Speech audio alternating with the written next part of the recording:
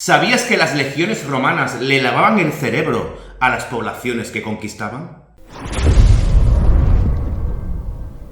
Antes de comenzar, quiero agradecer a los patrocinadores del canal.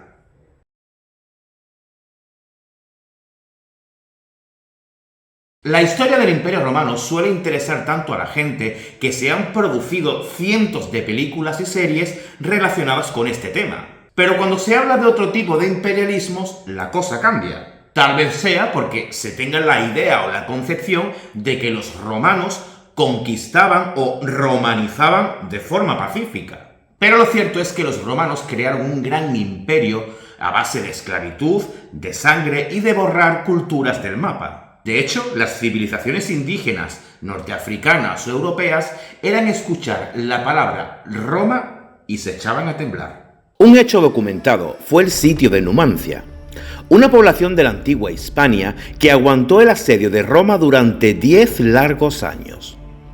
Pero en el 133 a.C., la ciudad cae, y antes de que el ejército romano hiciese su entrada triunfal sobre la ciudad, la gran mayoría de sus ciudadanos comenzaron a suicidarse en masa, porque preferían la muerte a lo que sabían que les esperaba en manos romanas.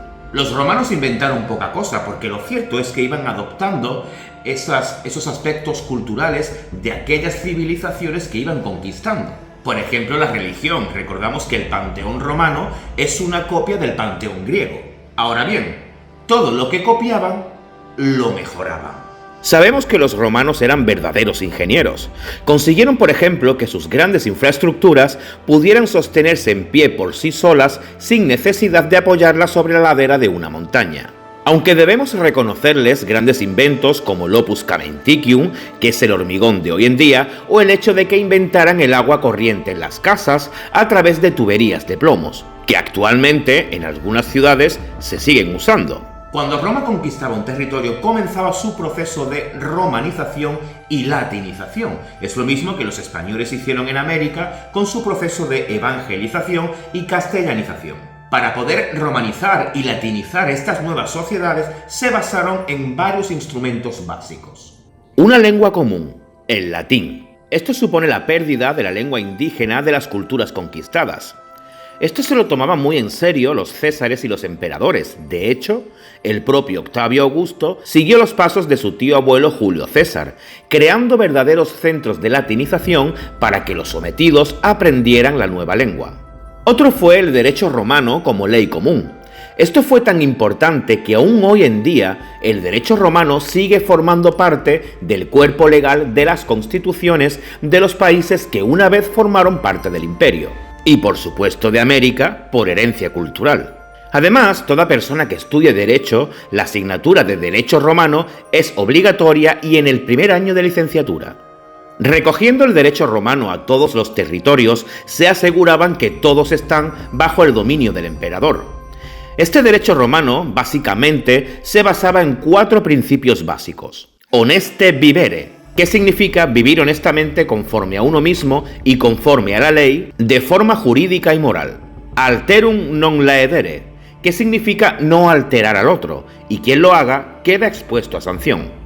Y suum cuique tribuere, es decir, cumplir la ley, los pactos, los acuerdos, las promesas, los contratos y, por supuesto, reconocer el derecho del ajeno. El último instrumento fue usar el arte como propaganda política.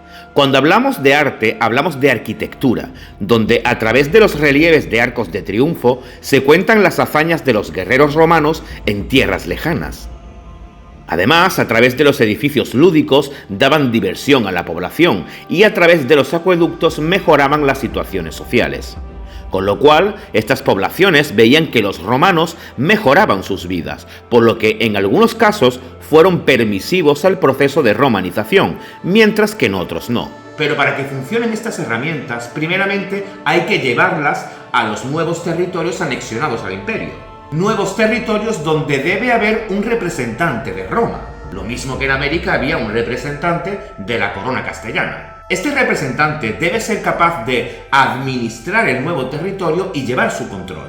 Así que ese proceso de aculturación o ese proceso de reseteo cultural llegó hacia los nuevos territorios a través de varias vías. La primera vía fue el ejército. Cuando un territorio era conquistado y anexionado al imperio, parte del ejército, sobre todo los que llegaban a la edad de jubilación, se les dotaba como premio unos terrenos y unos esclavos, de tal manera que aseguraba el modo de vida romano entre los habitantes indígenas. Además, hay que sumarle a esto que hubo muchas poblaciones ex novos, es decir, de fundación romana. Otra vía fueron los altos funcionarios, los cuales eran administradores enviados por Roma para controlar y gobernar el nuevo territorio.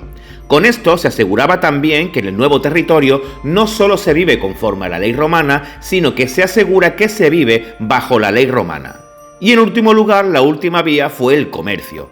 A través de las rutas comerciales marítimas mediterráneas y la larga red de calzadas romanas viajaron modas, formas de pensamiento, instrumentos, noticias y, en definitiva, la cultura romana. Roma dejó de ser una república para convertirse en un imperio cuando Octavio Augusto se autoproclama el mando del ejército con carácter vitalicio, el poder legislativo y, en definitiva, emperador. A medida que Octavio Augusto iba asumiendo poderes, se los iba restando al Senado, lo que le provocaría muchas diferencias con este.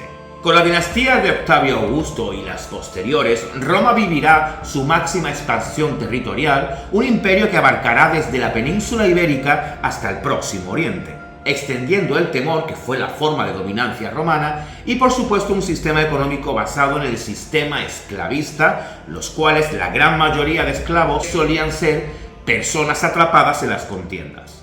Pero en el siglo III el imperio entrará en crisis, hasta el punto de que el emperador Teodosio acabará dividiendo el imperio en dos partes para sus dos hijos. La división se realizó entre el Imperio Romano de Oriente y el Imperio Romano de Occidente. El de Occidente caerá en el 476 y el de Oriente perdurará 1000 años más, hasta que los turcos la conquistan. A esto se le conoce como la caída de Constantinopla, sucedida en 1453, y que provocará que en 40 años Colón llegue a América tras una serie de sucesos desembocados desde la caída de Roma. Y si quieres saber las causas y consecuencias de por qué el Imperio Romano fue tan temido y tan poderoso, déjamelo en los comentarios que te hago un vídeo. Suscríbete, dale a la campanita, si quieres patrocinar el canal en la caja de descripción te digo cómo puedes hacerlo, y nos vemos en el próximo vídeo. Chao.